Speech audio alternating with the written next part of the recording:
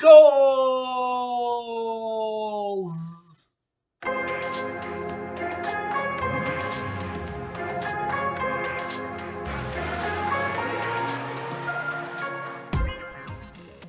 Happy hobby. I'm David Gunnis, and once again, if you're a card collector and you're working with a limited budget, make sure you subscribe to this channel. That's what we talk about. And today we are talking about card collecting goals for 2023 and my own personal YouTube card collecting channel goals that you might be interested in. So I know it's already February, and here I am talking about 2023 goals. Well, we had the Packstravaganza. That was a big event in January, and it took up a lot of my time. So now I'm finally able to get to my goals video and explain what I'm trying to do for this next year. So first I'm going to talk about my card collecting channel, my YouTube channel goals.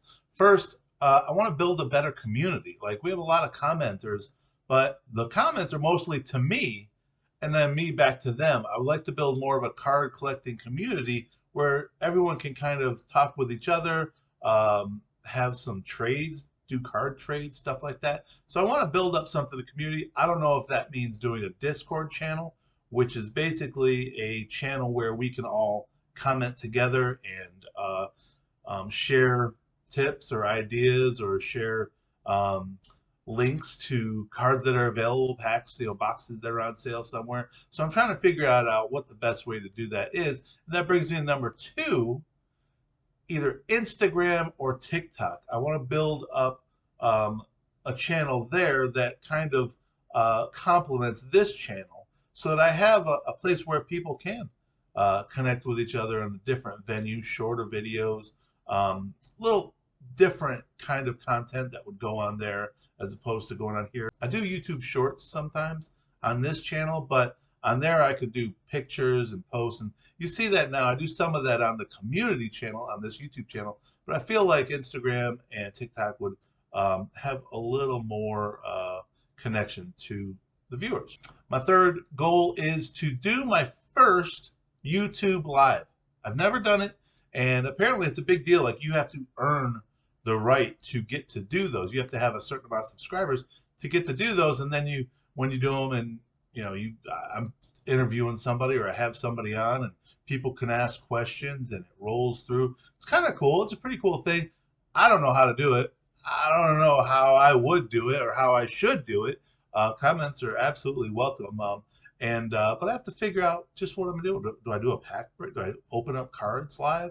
Should the Packstravaganza have had a live segment to that? To me, it seems also kind of boring. Like, man, that's a lot of pack opening and putting in sleeves and a lot of boring stuff. I don't know. And then I got to read comments and comment. So then it just makes it much longer.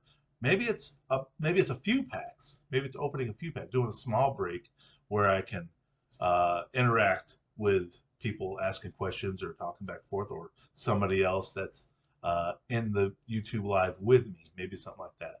Number four, I want a better setup for doing my breaks, for ripping packs. I want to figure out an editing tool, something that's easy, but a setup where, like, I can have the video of me doing this up here with the pack break in front of me. So I'm looking down here, but I can talk to you, and I'm looking down here, so that you can see both things happening. Because sometimes I'll talk about what I'm opening, about a trivial aspect of a player or a card or whatever.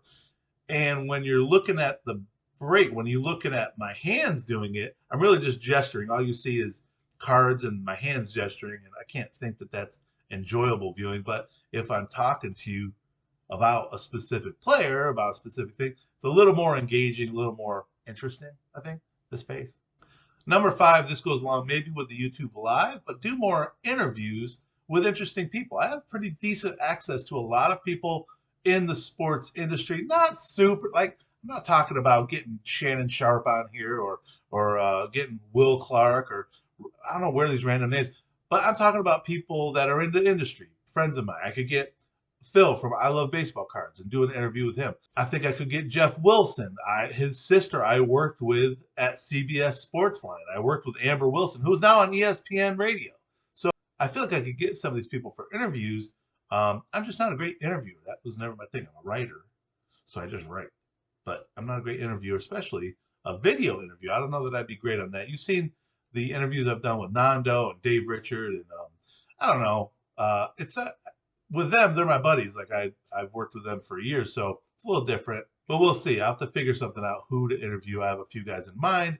I have a few women in mind as well. Some women in the industry, like Suze from CSG. She's on Twitter, Suze at Suze, but I think it's Yankees Chicks is her handle, something like that. But she's awesome. She's a female industry. I love to interview her. Or Emily from Tops. She does a lot of the Tops breaks with athletes. I plan to interview her. So I just need to do it. You know what I'm saying? All right, number 6, this kind of goes along the lines of what I was talking about. See this plaque right here?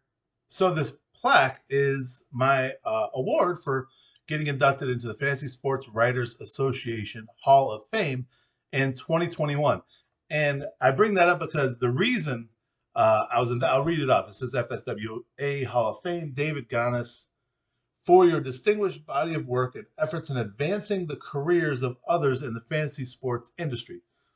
So that kind of became what I was in fantasy. Like I had built my own website, and I had eventually made enough connections and done a lot of networking where I was making leagues with every fantasy writer from with ESPN, with Fox Sports, with CBS Sportsline, with Sporting News. Like I had all these guys connected in different leagues. That finally I got a job at CBS Sportsline, which became CBS Sports. And once I got to CBS, I never forgot that it was built on making these connections with all these people. So as smaller fantasy writers were, I say smaller, as less popular fantasy writers were coming up, I was happy to, this is before social media, like I was happy to help talk about them, help share them, help give them advice on what to do, help give them tips. And so that's where I'm at now. Not that I have a big YouTube channel now, but I'm all about it's co-opetition, not competition. Let's support each other. Phil with I Love Baseball Cards. Wax Pack Dad, that channel is awesome. He deserves a lot more. Both of those guys deserve a lot more viewage. And not that I'm getting a ton of viewage, but I can help them get more viewage. So that's kind of what I want to do in this industry now, is help others expand their scope. And in doing that, it's going to expand my channel scope as well. So it just makes sense. There's a lot of companies out there, a lot of channels that are very mine. It's all about mine. They're competing for views. To me, there's so much content. People are taking so much content at all times. Let's share views. So you let me know, who are some channels you think I should connect with? Are you a small YouTube channel that does card collecting, card breaks, and grading reveals and all that stuff? Let me know. I'd happily check it out. If we can work something out where I'm promoting your stuff, you're promoting my stuff, who doesn't win from that? Okay, number 7, I want to come up with more giveaways. And I don't just mean I want to give away a ton of stuff. I want to come up with more ideas that will help engage sports card collectors that don't have a ton of money to waste.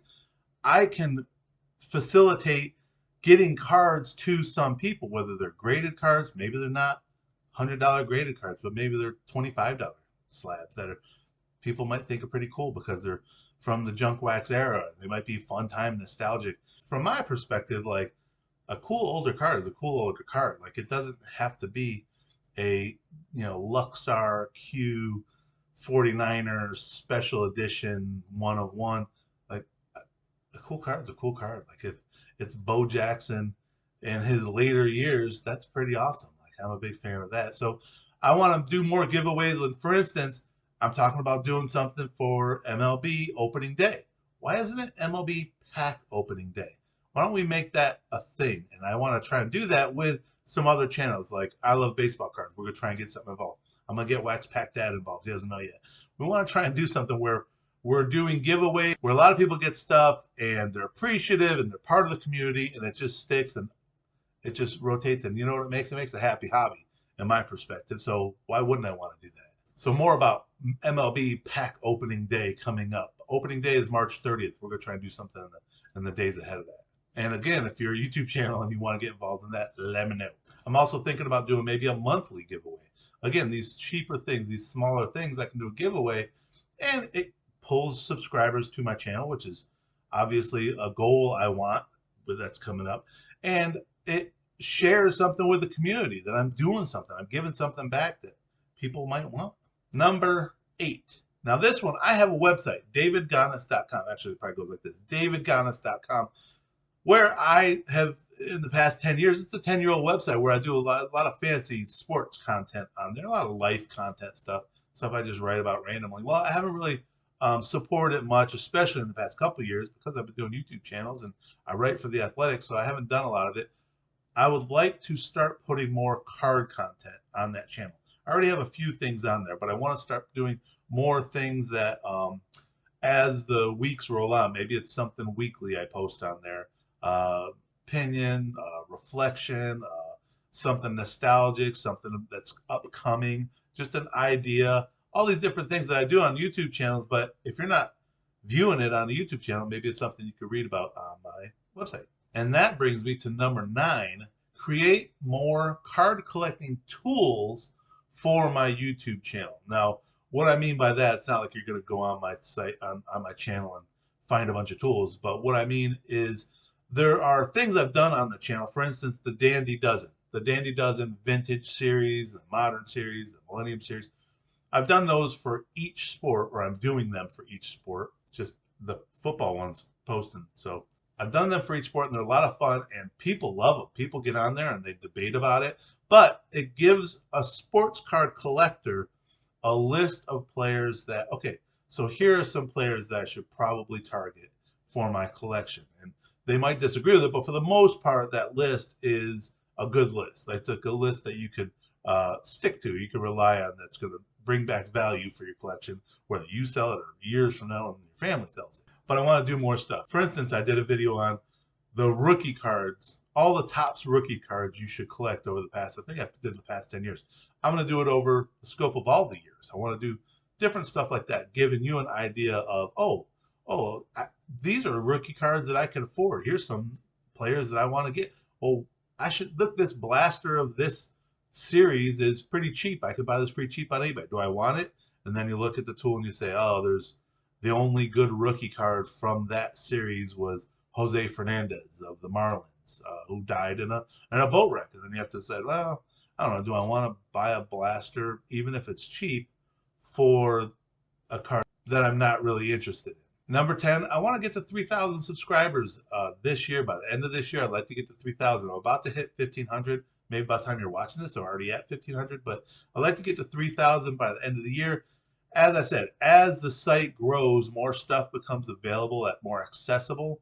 I'm already having people reach out to me to do reviews on their stuff. So the bigger the site gets, the more things are available to the viewers. So that's something I'd like to concentrate on. 3,000 seems like a reasonable goal. I got to 1,500 within 14 months. So it stands to reason that I should be able to get, I hope I can get to 3,000 in the next 11 months. And then my last YouTube channel goal is to create a successful Packstravaganza.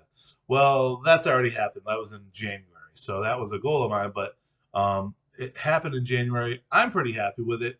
We still have a couple things to settle, like sending off to SGC and stuff like that. But I was pretty happy with it. I think the participants were super happy with it. I hope the viewers were happy. We're still trying to get more views on it. But I think it set us up for a successful 2024 Packstravaganza. We just have to now just hope the sponsors are happy and make sure that they're happy about what we did with the 2023 one. Okay, so now we get to my card collecting goals for 2023. Now, these can also be types of goals that you might set for yourself. So my number 1 goal is I already have, let's see, you can see them, some of them here, but I already have 6 or 7 of the 1986 Fleer basketball cards. Specifically, those are rookie cards, and they're all PSA 7 or better. It's a very important set because that 1986 year was the first year basketball cards were really produced over a 4 or 5 year period. So a ton of the rookies in that set are from 83, 84, 85, and 86, and 82, I think, are even in it.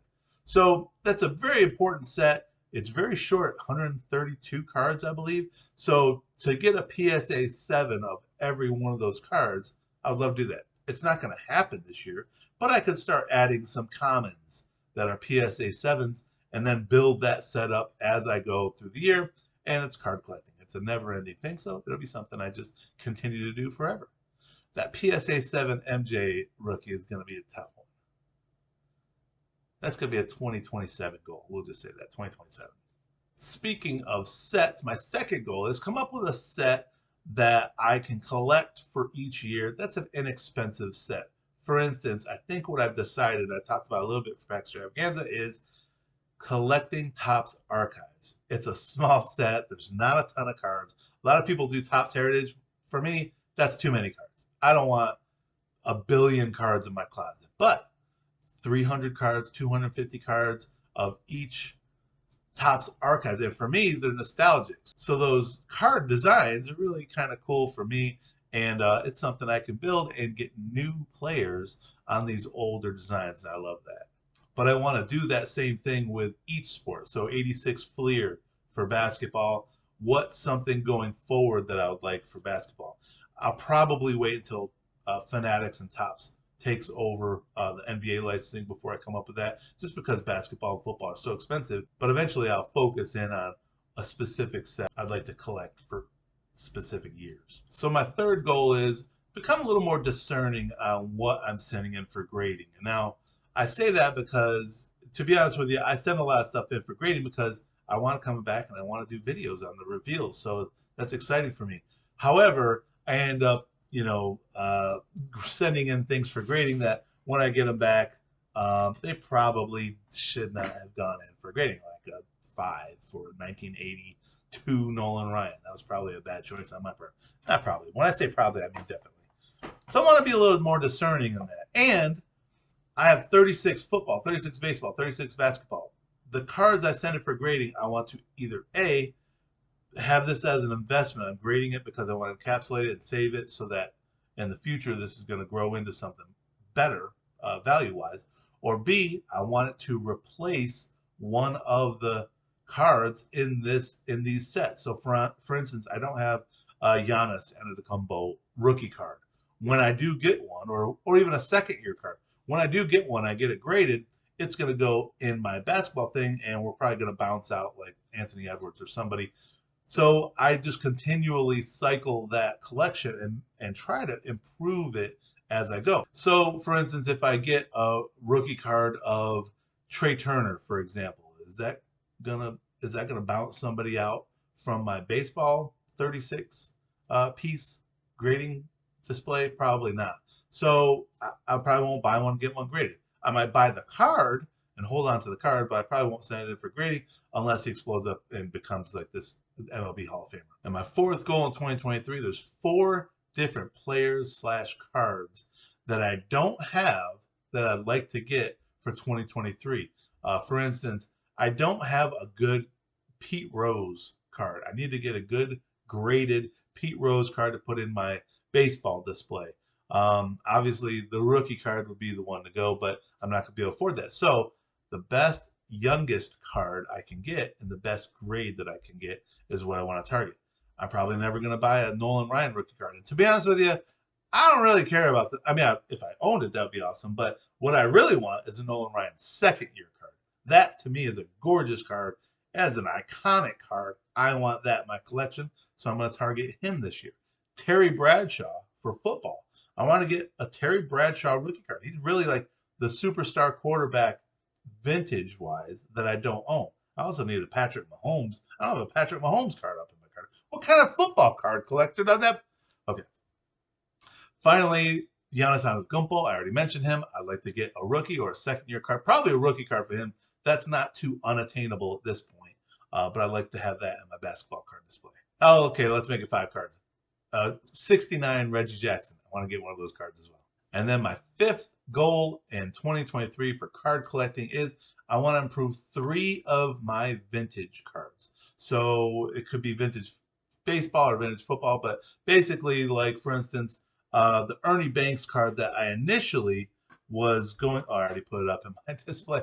The Ernie Banks card that I was initially going to give away in the Packstravaganza that I thought we were only going to have like $100 to buy a vintage SUC slab. So I bought a 1955 Topps Ernie Banks 2.5 SGC. So I bought that as the giveaway. Well, then all of a sudden, that final week of the giveaway, the contributors, the Super Thanks contributors, blew it up, and it got over $400. So then I had to buy, after YouTube took their cut, I had $300 to spend. So I bought that SGC 1954 Ted Williams card. It was absolutely beautiful. So I bought that for the Packstravaganza, which means the Ernie Banks was available because I spent my own money at that point. The YouTube money doesn't come for another basically about 60 days. So I spent my own money on that Ernie Banks. So guess who just upgraded his Ernie Banks card? So I have an Ernie Banks card already upgraded. So that's one down. I want to do it with two more players. Probably I have Willie Mays. I'd like to get a better Willie Mays than my 1964 PSA3. I'd like to get another one, a better grade or a better year than that 64. Probably a better year. And I'm not sure who the other player will be, but I'd like to just upgrade those 3 vintage cards. If I do that every year, think of the collection after 10 years, how much better your collection is. So those are my YouTube channel goals and my card collecting goals. I want to hear what your goals are for the upcoming 11 months. Let's pretend it was a year. The upcoming 11 months of 2023. Put them in the comments. I want to hear what your goals are, what you're trying to accomplish with your collection this year, what you want to do. Put it in the comments below, and whatever you do, have a happy hobby.